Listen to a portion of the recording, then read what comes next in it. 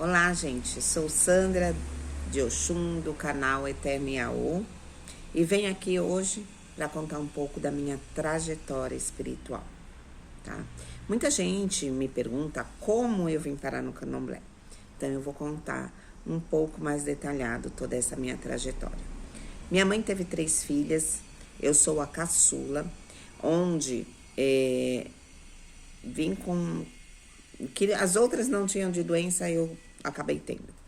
Com 1 ano de vida, minha mãe foi procurar uma ajuda, uma benzedeira, ela disse, porque eu chorava, dava meio-dia, não, dava 18 horas, e eu chorava, e não tinha um motivo. E aí minha mãe foi procurar uma benzedeira para saber o que estava acontecendo. E essa benzedeira informou a minha mãe que eu chorava por conta da minha missão espiritual, onde eu tinha medo de não dar conta, né? Aí ela me batizou dentro da Umbanda e falou para que procurasse algum lugar. Com 2 anos de idade, eu fui diagnosticada com paralisia infantil.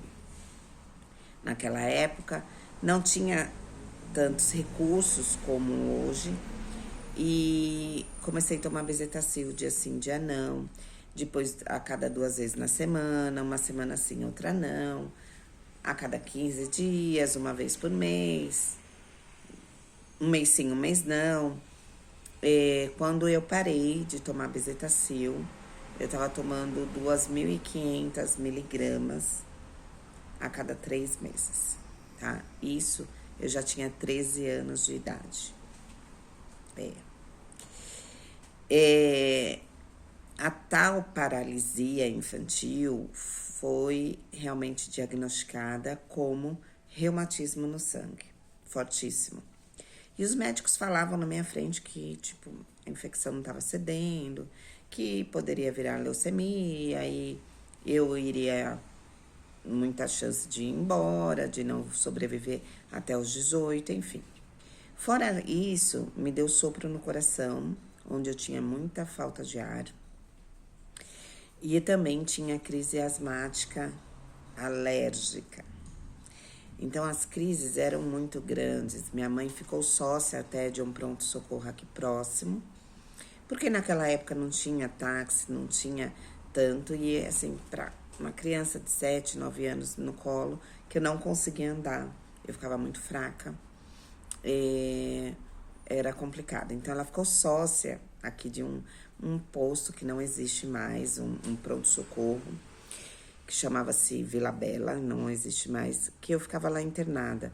Em 1 ano eu ficava geralmente internada umas 4, 5 vezes. Isso também gerou ciúmes para minhas irmãs, porque querendo ou não, minha mãe ficava comigo, então, a queridinha. Eu me aproveitava, com certeza, né, dos mimos, mas também elas ficaram aí com essa questão aí de às vezes não ter a mãe junto, porque estava comigo quando eu estava internada. Passou-se os anos e minha mãe teve uma pessoa que abriu um centro que chamava-se Dona Laura, hoje ela não está mais com a gente, onde ela tocava uma umbanda bem branca e era bem legal. Minha mãe às vezes me levava, fazíamos tratamento dentro da umbanda, tratamentos espirituais, e ela acabou falecendo, a filha dela e o genro não quiseram tocar, o centro fechou. Quando o centro fechou, minha mãe foi pro Kardec. E eu ia às vezes, porque minha mãe, né, me levava, tudo. Aí, com 13 anos, eu briguei um pouco com a minha mãe, falando que eu não queria mais tomar aquela injeção, né?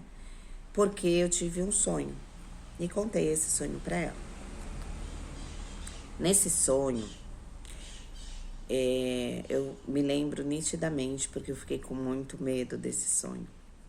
Esse sonho veio um rapaz, como se fosse uns 50 anos de idade, bem magro, bem feio, tinha umas feridas no rosto. num barquinho bem escuro, e ele falava que eu precisava entrar nesse barquinho para passar por outro lado, que no outro lado eu ia ser curada. E eu fiquei com muito medo, paralisei no sonho, né? Devido ao medo. E aí eu entrei com muita resistência, falei que eu não queria, e ele falou que eu não estava pedindo, que era necessário. E aí eu entrei, quando eu entrei, fui parar do outro lado, não era praia, era como se fosse um rio mesmo, terra. E tinha ali, hoje eu sei que era Obaluayê, na época eu não sabia, tá? Porque a Umbanda que minha mãe frequentava era bem branca, não tinha quase imagem, enfim, eu não sabia. E aí ele rodava e as palhas batiam em mim e tinha aquele clarão de luz. E ele falava que eu já estava curada, que eu não precisava mais tomar remédio. E ele me trouxe de volta, eu acordei e eu fiquei com muito medo desse sonho. Nisso, eu perguntei para uma amiga minha, que é até hoje, que ela era mais voltada pro candomblé, o que era aquilo. Ela me explicou que era o Obaluayê, o orixá da cura, o orixá da doença. E eu comentei pra minha mãe, eu falei, eu acho que eu não vou tomar mais, porque ele falou que eu tava curada. Aí, com muita briga, muita discussão, tal, fomos fazer alguns exames e realmente não tinha mais sopro no coração. O reumatismo estava controladíssimo. E a crise de asma, minha crise de bronquite, eu não tive mais. Para não dizer que eu não tive mais, eu tive depois com 18 anos, que estava muito ruim em questão do tempo, poluição, e me deu. Mas depois eu nunca tive mais, tá? E hoje eu tô com quase 50 anos, então faz tempo isso. Assim que eu fiz 18 anos, eu fui pra Umbanda, porque eu sentia falta, né? Eu sentia falta de falar com a entidade, eu sentia falta das cantigas. E aí eu fui, frequentei uma casa, onde eu fiquei por um período. Depois eu fui pra outra, frequentei como filha, tá? Depois eu fui para uma outra casa, onde eu me desenvolvi. Não queria, no começo, nem dar consulta. Eu falava, imagina, não dou conta da minha vida, como que eu vou dar conta da vida dos outros? Até isso tudo, gente, faz parte do nosso amadurecimento espiritual, tá? A gente tem que entender que não somos nós, é a entidade, tá? Aí frequentei, com 28 anos, eu conheci o candomblé e me apaixonei pelo candomblé. Depois, com 18 anos, eu tive endometriose. Com 22 operei de novo, com 25 também. E aí eu dei o meu primeiro eburi dentro do candomblé para Oxum, porque eu entrei na menopausa precoce. Tive que tirar as trompas. E eu perguntei se eu tivesse merecimento para me trazer um filho.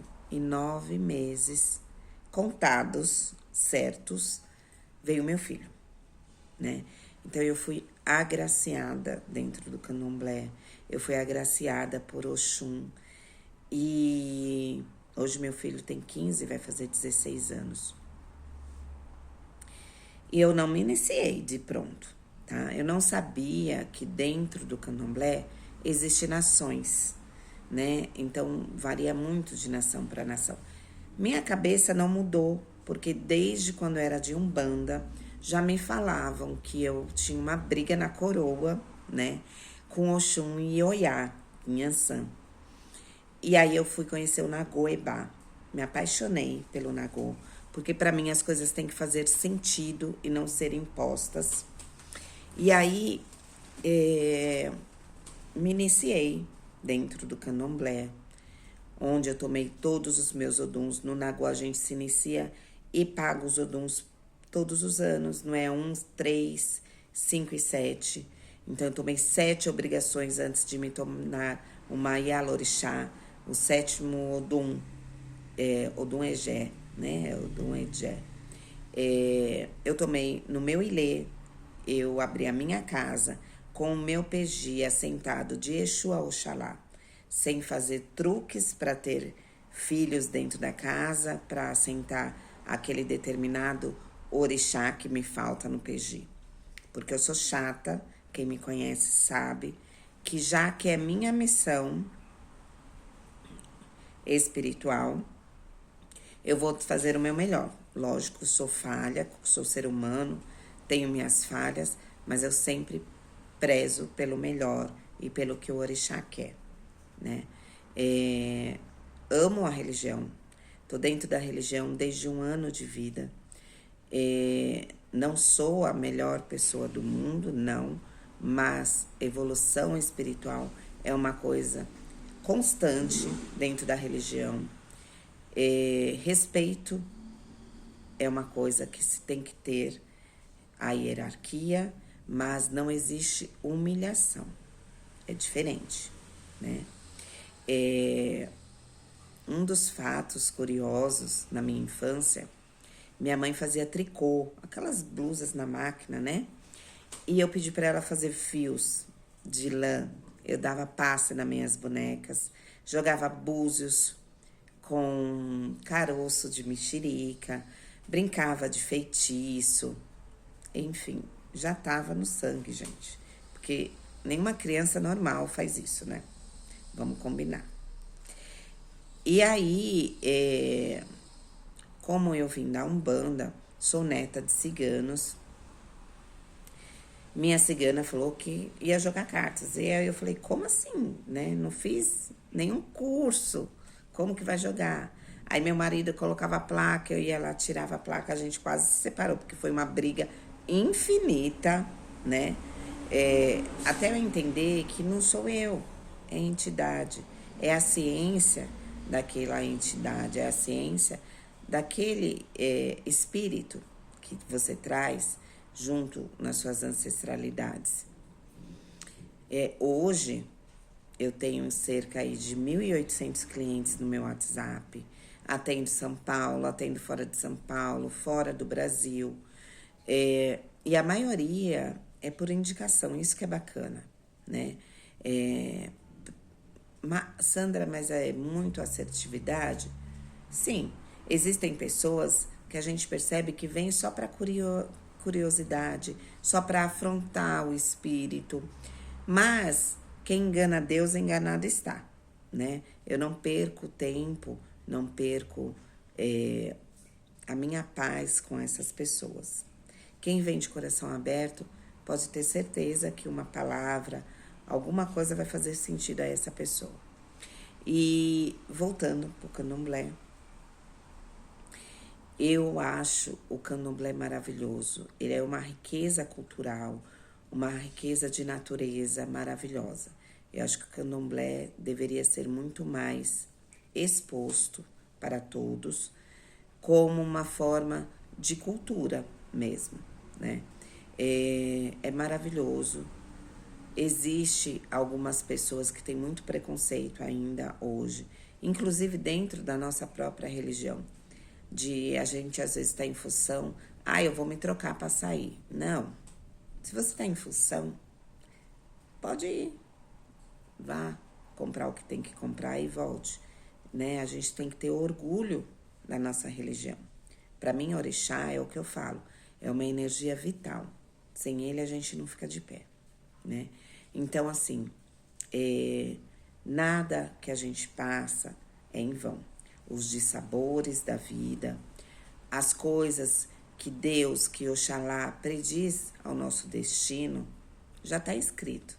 Às vezes a gente tenta fugir, mas existe um ditado, quem não vem por amor, vem pela dor.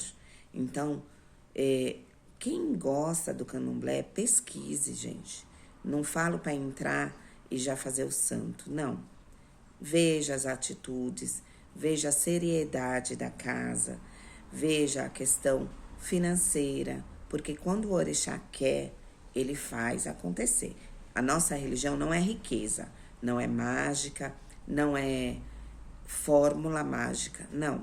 Mas se o orixá vai te dar caminho para aquilo, pegue o seu caminho, o seu acoci, o seu felebé, que é o dinheiro que foi dado a você, tire um pouco pro orixá. As pessoas me perguntam assim, Sandra, como você consegue dar obrigação todo ano? Porque é custoso. Sim, é custoso. E eu te falo que o candomblé me ajudou muito, principalmente com planejamento financeiro. Se eu sei que aquele mês eu tenho que dar obrigação ao Oxum e ao Oiá, eu vou guardar aquele dinheiro. Então, dilui uma obrigação em 12 meses, não vai ficar pesado. A gente tem que aprender a se planejar. Dentro do candomblé, é planejamento. Ninguém é por impulso. O orixá não vai tirar a sua vida porque você não vai se iniciar naquele mês, naquele ano. Não.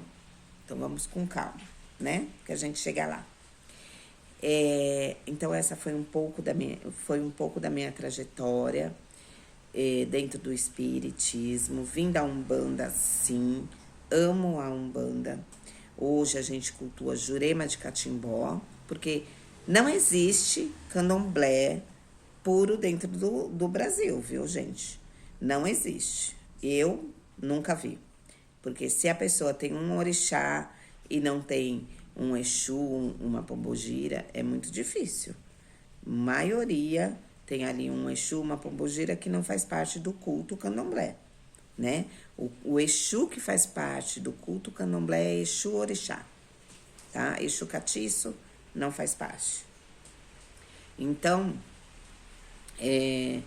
minha nação é Nagoebá, cultuamos Jurema de Catimbó e na parte da esquerda magia, tá bom?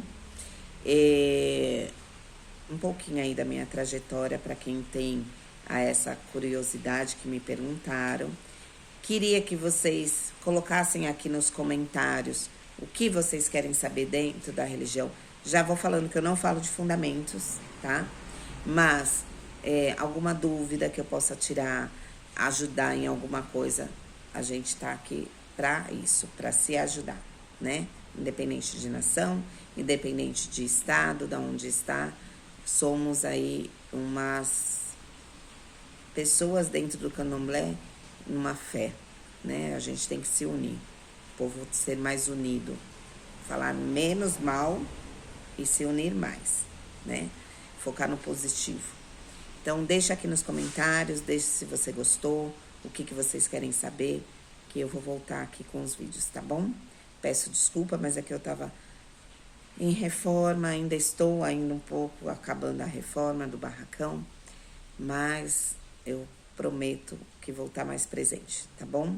Um beijo, curtam aí o canal Eterno Iaô, que somos sempre eternos Iaô. Independente da idade de santo, a gente nunca sabe mais do que nosso Pai, Oxalá, do que o nosso orixá que conduz o nosso ori, tá bom? Um beijo para vocês, fiquem com Deus.